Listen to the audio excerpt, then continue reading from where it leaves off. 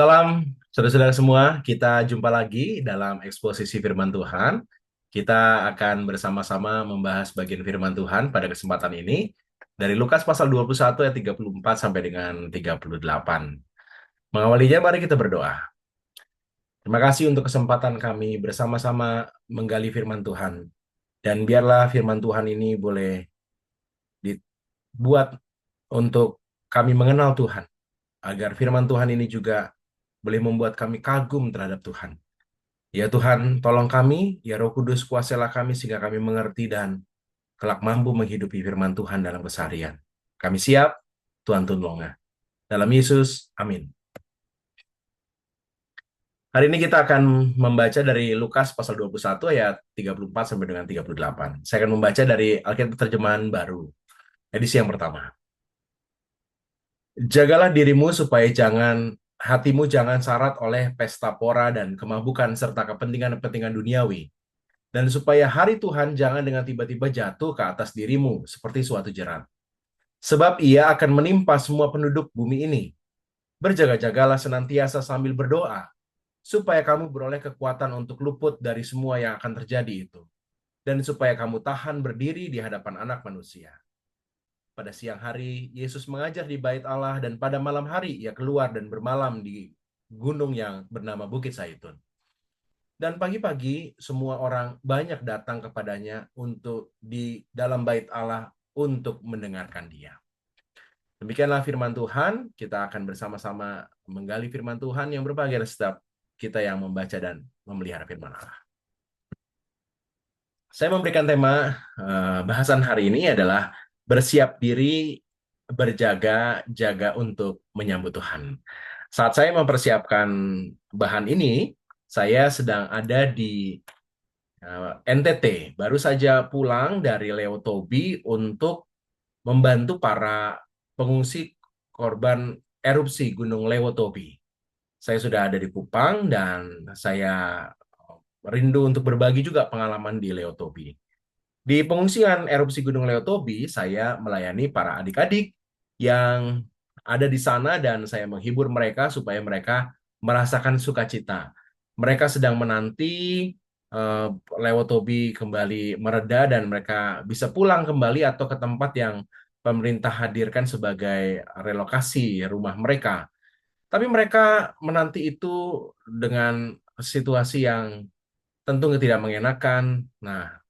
Cuma ada sesuatu yang bisa membuat mereka bahagia, yaitu para relawan-relawan yang menghibur mereka. Saya berkesempatan untuk menghibur mereka dan itu sukacita buat saya. Dan kalau melihat situasi Leotobi dan mendengar cerita-cerita dari para pengungsi, aduh, serem sekali. Dari situasi yang begitu indah, begitu tenang, begitu menyejukkan karena daerah itu begitu dingin, menjadi sebuah daerah yang begitu panas, mengerikan karena ledakan atau erupsi Gunung Leotobi ini dan beberapa korban berjatuhan di sana. Melihat apa yang terjadi dengan Leotobi dan juga bersamaan itu ada banyak sekali kabar-kabar tentang bencana alam. Saya jadi ingat dengan satu bagian firman Tuhan dalam Lukas 21 ayat 11. Dan akan terjadi gempa bumi, penyakit sampar dan kelaparan, juga hal-hal yang mengejutkan, tanda-tanda yang dahsyat dari langit. Dan ini Tuhan Yesus sampaikan kepada para murid-murid, dan kalau kita melihat pasal yang ke-21 yang kita baca, disebutkan bahwa ketika semua itu terjadi, maka sesungguhnya kerajaan Allah sudah dekat. Yesus memberikan perumpamaan tentang pohon ara yang bertunas dan kita langsung tahu itu adalah musim merasakan dekat ya. Dan itu sama juga ketika kita mendengar ada berita-berita tentang gempa bumi, tentang gunung meletus dengan situasi-situasi mengejutkan. Sesungguhnya kerajaan Allah sudah dekat. Dan ditekankan pada ayat 32 bahwa angkatan ini tidak akan berlalu sebab semuanya akan terjadi. Jadi semuanya akan kita alami itu. Lalu kalau ini adalah sebuah tanda-tanda, maka apa yang harus kita lakukan dalam menantikan Tuhan ini? Maka dalam kesempatan ini kita akan membahas ayat 34 sampai dengan 38 dari Lukas 21 dan menemukan apa yang Tuhan rindukan untuk kita lakukan dalam menanti Tuhan ini. Mari kita melihat ayat per ayat. Di ayat 34 disebutkan, jagalah dirimu. Jadi ada perintah untuk waspada menjaga diri kita, terutama adalah hatimu. supaya hatimu jangan syarat oleh pesta pora dan kemabukan, kepentingan-kepentingan duniawi. Pesta pora dan kemabukan dan kepentingan-kepentingan duniawi adalah sebuah sikap, perbuatan. Tapi kenapa ini hubungannya dengan hati? Jadi pesta pora dan kemabukan adalah sesuatu yang dilakukan oleh seseorang karena mereka merasa bahwa kita hidup harus bersenang-senang. Mereka nggak takut kalau ada sesuatu yang terjadi pada dirinya. Dia bersuka cita karena merasa ada banyak hal baik yang ia bisa rasakan. Dan pesta pora dan kemabukan itu situasi yang lepas kontrol karena manusia ingin menikmati sukacitanya. Bukankah dalam hidup kita juga seringkali kita merasa hidup ini harus dinikmati, semua harus bersenang-senang, apa yang kita dapat itu adalah milik kita dan kita berfoya-foya ya. Orang kalau udah mabuk ya nggak lagi berpikir banyak hal ya, nggak lagi bertimbang dengan matang ya. Ada yang berantem, ada yang lalu melakukan perbuatan dosa lainnya karena mabuk ya. Dan pesta pora. Dan kalau ini terjadi pada hati ya, mungkin sikap kita nggak mabuk-mabukan, tapi hati kita itu penuh dengan situasi yang terpusat pada diri untuk kesenangan-kesenangan kita. Ini menjadi problem. Lalu yang kedua, kepentingan-kepentingan duniawi. Ada banyak sekali orang-orang yang kelihatannya baik tapi punya kepentingannya. Ini baru saja selesai pilkada di Indonesia. Dan banyak sekali kampanye-kampanye yang nampaknya berpihak pada rakyat. Sebenarnya dia juga punya kepentingan di sana. Dan justru mungkin kepentingannya jauh lebih besar daripada kepentingan rakyat. Jadi kalau hatinya penuh dengan kepentingan-kepentingan duniawi, maka fokusnya adalah pada dirinya, pada pada sesuatu yang menurut dia adalah miliknya. Padahal sesungguhnya adalah bahwa kita ini adalah alat Tuhan sendiri, bahwa kita ini adalah manusia yang diciptakan Tuhan, bahwa sesungguhnya kita harusnya berpusat pada Tuhan dan apa yang Tuhan mau.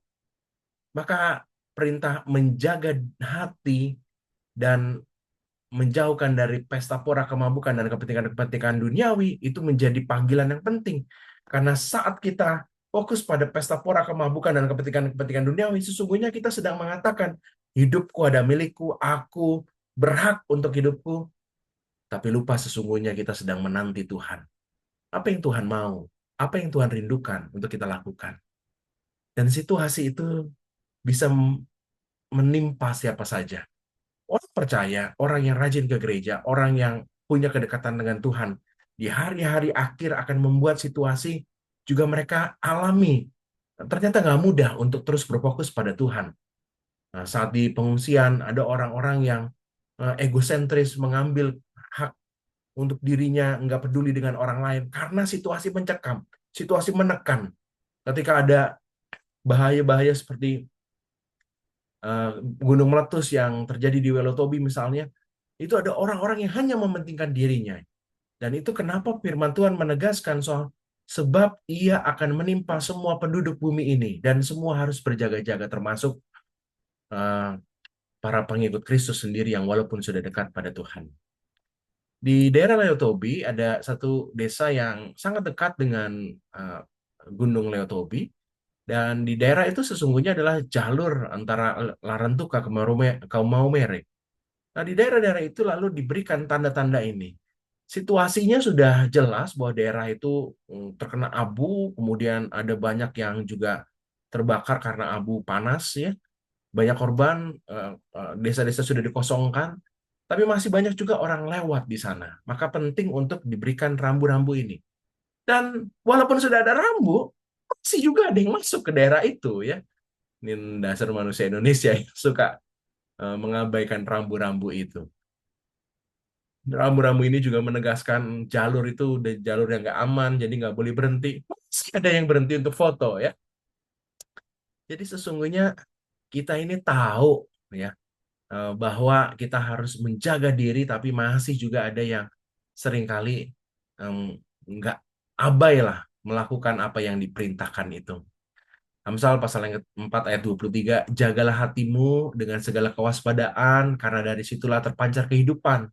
Karena ada banyak orang yang nggak menjaga hati, lalu sikapnya jadi mementingkan diri, sikapnya jadi mabuk, pesta pora, dan mementingkan kepentingan duniawi, bukan apa yang Tuhan mau. Apa yang harus kita lakukan dalam menyambut Tuhan? Jaga kemurnian hati. Ingat, kita ini adalah alat Tuhan. Kita diciptakan untuk Tuhan. Maka Tuhan mau supaya anak-anaknya dalam masa menanti Tuhan juga menjaga hati dalam kemurnian.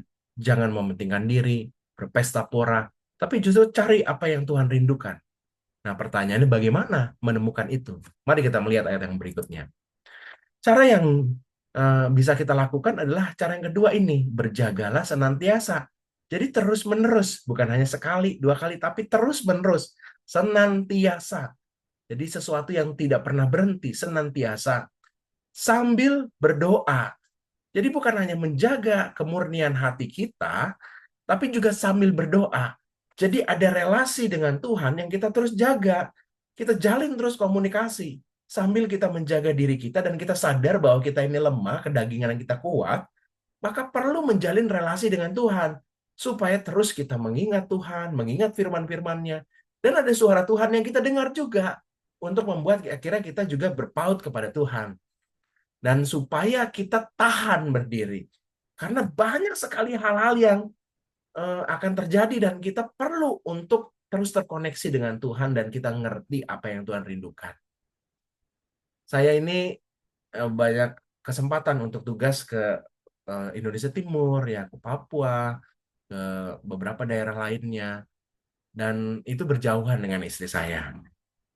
Saya selalu menyempatkan untuk komunikasi dengan dia, video call, berdoa bareng, ya sekedar hahaha hehe di telepon. Tapi bersyukur dengan teknologi saya bisa dekat dan video call membuat kita ya yang jauh ini menjadi dekat gitu. Dan saya merasakan komunikasi dengan istri saya itu membuat saya justru bisa terus terjaga ya. Dengan begitu banyak hal-hal yang mungkin saya bisa lost dengan kedagingan saya begitu ya. Dan saya berkomunikasi ini membuat untuk terus terhubung dengan orang yang saya cintai. Bukankah dalam situasi menanti Tuhan, penting juga kita terus terhubung dengan Tuhan. Seberapa banyak dari kita dalam masa-masa Advent ini, dalam masa-masa menanti ini, kita justru menguatkan diri untuk berdoa, menguatkan diri untuk sama-sama terus terhubung kepada Tuhan.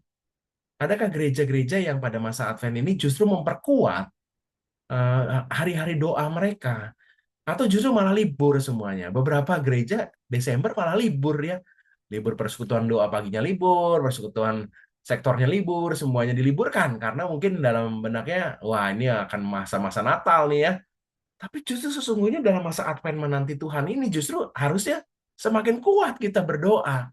Kenapa? Karena kita diingatkan dalam masa menjelang hari Tuhan itu justru kita terus terkoneksi untuk bisa kuat, bisa hati kita ini terjaga karena kita ingat dengan Tuhan. Dan itu penting dilakukan. Jadi bagaimana cara memurnikan, menjaga kemurnian hati? Ya terus jaga relasi dengan Tuhan. Pakai kesempatan Advent ini jangan sibuk hanya sekedar untuk latihan Natalan, tapi justru ayo berdoa bersama. Karena kita justru mendapat momentum di mana ini bukan hanya menantikan Natal, tapi justru juga menantikan hari kedatangan Tuhan yang kedua kali. Kita perlu menjaga terus relasi dengan Tuhan. Apalagi yang harus kita lakukan? Dalam teks kita disebutkan ayat 37 dan 38, kisah ini ditutup dengan sebuah keterangan pada siang hari Yesus mengajar. Dan pada malam hari ia bermalam di Bukit Zaitun. Orang banyak datang kepada dia dan mendengarkan dia. Jadi ada banyak kegerakan untuk terus mendengarkan, belajar dari Tuhan Yesus. Dan siang hari Yesus terus mengajar. Saat hari cerah dia melakukan apa yang harus diperdengarkan. Ada banyak kesempatan-kesempatan yang sesungguhnya Tuhan berikan untuk kita terus mendengar. Ada banyak momen-momen dalam masa-masa penantian ini juga menjadi momen yang juga harus menguatkan kita.